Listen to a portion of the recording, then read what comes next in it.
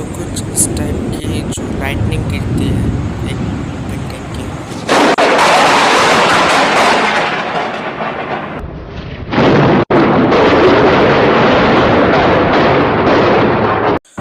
और बिल्डिंग की हालत कुछ इस टाइप की हो जाती है।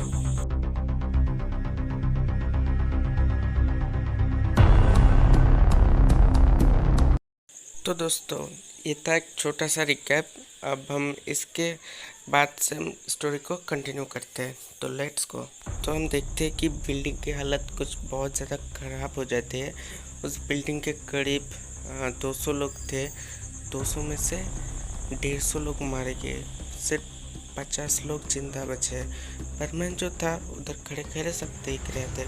पाको पायन भी सब लगता है कि उन लोगों के सामने कुछ ऐसा हो गया कि वो कभी नहीं होना चाहिए। तो पाको बोलता है कि क्या हो गया। तो पायन बोलता है चलो जल्दी, हम लोगों को रेस्क्यू करना पड़ेगा। तो इधर तीनों मिलकर रेस्क्यू करना स्टार्ट कर देते हैं। बट परमैन जो था वही उधर खड़े खड़े देख रहे थे सब कुछ। जैसे कि उसके दिल में कुछ गहरा असर पड़ गया, जिसके उसके सीने से उसका दिल ही नहीं बचा। बस इस टाइप की कुछ हुआ। आयन, बूबी और पाको तीनों मिलकर रेस्क्यू करना स्टार्ट कर देते। थोड़ी देर में वहाँ पर पुलिस भी आ चुकी थी और भी बड़े बड़े रेस्क्यू टीम भी आ चुके थे, जिसमें वो लोग परमैन की हेल्प कर सकते हैं। वो सब मिलकर रेस्क्यू करना स्टार्ट कर देता। बट पाको नोटिस करता है कि उन लोग के साथ परमैन नहीं था। परमैन कहीं गया है। बट पाको तब उतना ज़्यादा ध्यान नहीं देता और रेस्क्यू टीम के साथ रेस्क्यू करना स्टार्ट कर देता है। वहाँ पर बहुत सारे बॉडी यानी कि डेड बॉडी को पास से हॉस्पिटल एडमिट कर रहा है। और जितने भी उन डेड बॉडी की फैमिली से बहुत सारे उधर एक जो सिचुएशन होना चाहिए वो सिचुएशन रेडी हो जाए। पुलिस फोर्स उस सिचुएशन को हैंडल करने की कोशिश कर रहा है। बट ये सब के तो आप लोग समझ सकते हैं कि मैं कौन सी सिचुएशन की बात कर रहा हूँ। जैसे कि एक बड़ा एक्सीडेंट होने पे जो सिचुएशन क्रिएट होता है, उस टाइप की सिचुएशन इधर क्रिएट हो चुका है। जितने भी थे और जितने भी मारे चुके उन सबको हॉस्पिटल यानी कि डेड बॉडी को अपने अपने फैमिलीज़ के पास पहुंचा दिया जा रहा है। और जितने जितने उस एक्सीडेंट में इंजरी है उन लोगों को हॉस्पिटल में एडमिट कर रहा है। तो आखिर में बहुत रात हो चुकी है और रेस्क्यू पूरा सक्सेसफुल हुआ। सब और उस जगह पे खाली हो चुकी है और पुलिस ने उस जगह को पूरी सील्ड कर चुका है। और बहुत बड़े बड़े पुलिस एंड परमैन मिलकर यानी कि पाको पायन बुबी तीनों मिलकर ये हादसा का जो रीज़न होता है वो ढूंढने की कोशिश कर रहे हैं। बट तभी पाको पायन से बोलता है कि एक सेकंड तुम लोग बात करो, मैं आता हूँ। तभी पाको जो था वो उधर से चला जाता है परमैन को ढूंढने के लिए।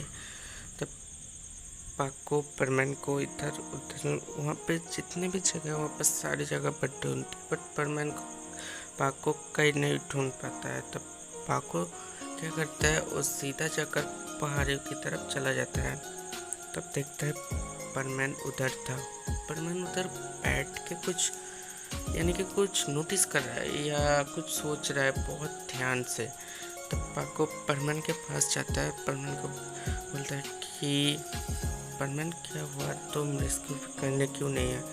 बट परमैन कुछ बोल ही नहीं रहा। परमैन के आँख से जो है वो आंसू गिर रहा है। बट पाको जो था परमैन के आंसू को पोंछ देता है। पाको लगातार परमैन को बोलता है कि परमैन क्या हुआ, परमैन क्या हुआ। बट परमैन कुछ जवाब नहीं दे रहा। तभी लगातार पाको परमैन को बोलने की कोशिश कर रहा है, बट परमैन कुछ नहीं कहता। और थोड़ी देर बाद परमैन उधर तुरंत से बेहोश हो जाता है। पाको बहुत ज़्यादा शौक में आ जाता है कि परमैन अचानक ऐसे बेहोश कैसे हो गया। और पाको के दिमाग में कुछ चल नहीं रहा कि वो क्या करे। तब पाको परमैन को उठाता है और हॉस्पिटल के लिए निकल जाता है उड़ते उड़ते। तभी पाको परमैन को लेकर हॉस्पिटल में आ जाता है और उसे एडमिट भी कर देता है। तभी डॉक्टर्स परमैन को इलाज करता है और इलाज करने के बाद डॉक्टर्स बाहर रख के पाको को बोलता है कि परमैन को अभी रेस्ट की बहुत ज़्यादा ज़रूरत है। क्योंकि तभी बोलता है पाको डॉक्टर को बोलता है कि क्या हुआ परमान को। तभी डॉक्टर बोलता है कि उसके सामने कुछ ऐसा हो गया कि वो सह नहीं पाया, बहुत बड़ा एक्सीडेंट, इसके लिए उसका माइंड कुछ। डॉक्टर्स पाको को बोलता है कि आई एम सॉरी, शायद उसके दिमाग को पैरालाइज्ड हो चुका है। अब ये बात सुनकर पाको पूरा का पूरा शॉक हो जाता है। तभी पाको वहाँ पर घुटनों के बल गिर जाता है एंड रोने बहुत तेज तेज रोना शुरू कर देता है। तभी पाको उधर से चला जाता है हॉस्पिटल के छत पे और उधर बहुत तेज तेज रोना शुरू कर देता है। तभी पाको अपना आंसू पोंछता है। तभी पाको के बैच में पायन का कॉल आ जाता है। तभी पाको चुपचाप जाके पायन का कॉल उठाता है, बट पाको को बात करने की जो हिम्मत है वो अब नहीं रहा, क्योंकि आप सबको पता है कि पाको कितना परमान को पसंद करता है। तो परमान की इस हालत देखकर तो ऐसा तो होना ही चाहिए। तभी पायन बोलता है कि पाको तुम कहाँ हो, मुझे तुम्हारी मदद चाहिए, इधर आ जाओ। तभी पाको पायन की बात बिल्कुल नहीं सुनता, उधर नहीं जाता। तभी पाको वो जिस पहाड़ पे परमान बैठा था, पाको उधर चला जाता है और उधर से सीधा जाकर बर्डमैन को कॉल करता है। तभी बर्डमैन पाको का कॉल उठा लेता है, बट पाको को हिम्मत नहीं कि वो अब किसी से बात करे। तभी बर्डमैन पाको से बोलता है कि पाको क्या बात है, बट पाको कुछ बोल ही नहीं पाता। तो बर्डमैन अर्थ के पास ही था और पाको का पैच का जो लोकेशन है उसे ट्रैक करके उस जगह पर पहुंच जाता है। तो बर्डमैन थोड़ी देर में बर्डमैन उधर आ जाता है और बर्डमैन आकर पाको से बोलता है क्या बात है पाको। और तभी पाको जाकर बर्डमैन को पकड़कर रोने लगता है। तब पाको बोलता है कि पाको सब कुछ बोलता है कि क्या हुआ, उन लोग के सामने लाइटिंग स्ट्राइक गिरी और वगैरह वगैरह, जो कुछ भी हो सब कुछ बोलता है। तब पाको बोलता है कि इस सब को देखकर बर्डमैन का जो माइंड है वो पूरी तरह से पैरालाइज्ड हो चुका है। और ये बात सुनकर बर्डमैन भी थोड़ा परेशान हो जाता है, बट बर्डमैन पाको को बोलते तुम फिक्र मत करो, मैं बर्डमैन के रोबोट के नाक पर एक चिप लगा दूंगा जिसमें बर्डमैन का रोबोट में कन्वर्ट ना हो जाए और मैं तुरंत बर्ड प्लेनेट से आता हूँ। इसका जो एंटीडोट है यानी कि कुछ दवाई लेकर तुम फिक्र मत करो और बर्डमैन का ध्यान रखो। तो पाको बोलता है ठीक है बर्डमैन, बट जल्दी आना। तभी पाको के बैच में एक और बर्ड पायन का कॉल आता है, बट पाको इस बार पायन का कॉल पिकअप कर लेता है एंड तभी पाको जाकर पायन को सब कुछ बता देते कि परमान के साथ क्या हुआ और परमान अभी कहाँ है। तो पायन बोलता है कि तुम परमान का ध्यान रखो, हम इधर संभालते हैं। और पाको जाकर सीधा हॉस्पिटल चला जाता है और परमान जिस केबिन में था उधर बैठ के परमान के पास बैठ जाता है। तभी रात से सुबह हो जाती है और सुबह बर्डमैन आ जाता है। तो बर्डमैन पाको को बोलता है कि प्लैनेट की टेक्नोलॉजी की मदद से परमान ठीक हो जाएगा, बट परमान को थोड़ा रेस्ट चाहिए क्योंकि उसका माइंड फ्रेश करने के लिए तुम्हें परमान को लेकर इधर से कहीं दूर जाना पड़ेगा, जिसमें और थोड़ा घूमने की कुछ जगह हो सकता है क्योंकि परमान को अभी रेस्ट की बहुत ज़्यादा ज़रूरत है। बर्डमैन अपने स्पेसशिप से गन निकलता है और परमान के ऊपर स्प्रे कर देता है। तभी बोलता है कि 24 घंटे के अंदर परमान को होश आ जाएगा, बट तुम्हें इसका पूरा ध्यान रखना पड़ेगा, ठीक है।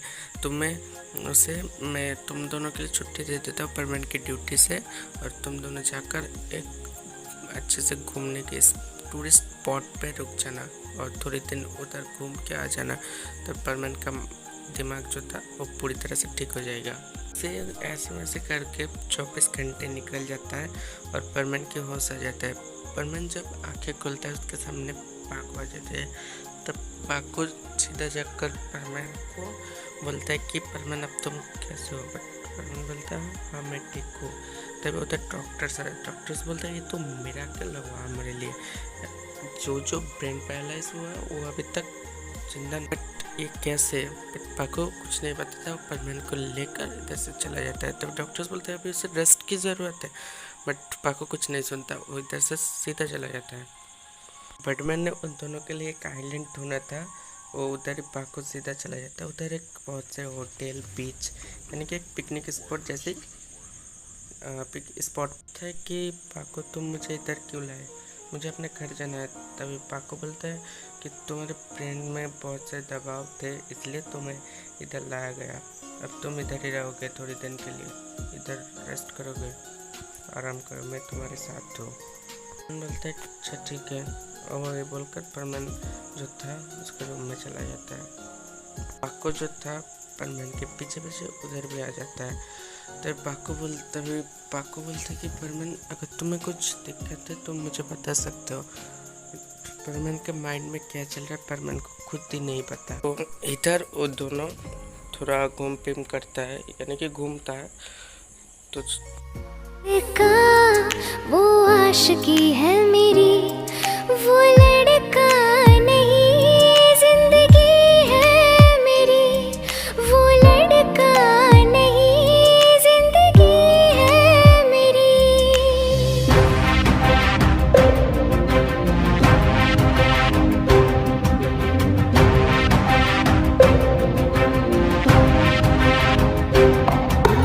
खुशबू जैसा आए जाए, कितना दिल को वो तड़पाए। मेरी सांसें, मेरी धड़कन, वो है मेरा दीवानापन।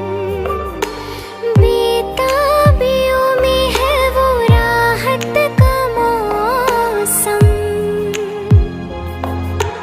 उसके लिए मेरी चाहत का मौसम। मैं होश उसका, वो बेखुदी है मेरी। मैं इश्क उसका, वो आशिकी है मेरी। वो लड़का नहीं जिंदगी है मेरी, वो लड़का नहीं जिंदगी है मेरी। रात को पाको इन सब बात को याद करते हुए सो जाता है। तो दोनों बहुत अच्छी तरह से घूमता है। परमन का माइंड या थोड़ा थोड़ा करके ठीक हो रहा है। अभी सुबह हो जाती है। पाको अपने बेड से उठता है या हाथ मुंह धोकर परमन के रूम के लिए निकल जाता है। बट पाको जैसे नॉक करता है बट परमन गेट नहीं खोलता। तो पाको क्या करता, गेट खुलकर अंदर घुस जाता है। बट पाको देखकर एकदम शॉक हो जाता है कि उधर परमन है ही नहीं। तो पाको थोड़ा टेंशन में आ जाता है कि परमन क्या कर सकता है। तो पाको क्या करता है, अपना परमन सेट पहने हुआ था वो सीधा उड़कर होटल के टेरिस पे चल जाता है। उधर से देखता है कि परमन सामने होटल के पास एक पुल जैसा था, परमन उधर खड़ा हो। पाको जाकर परमन के पास जाता है और परमन का आवाज़ लगाता है बट परमन पाको की एक भी नहीं सुनता, वो स्टिल उधर ही खड़ा है। तभी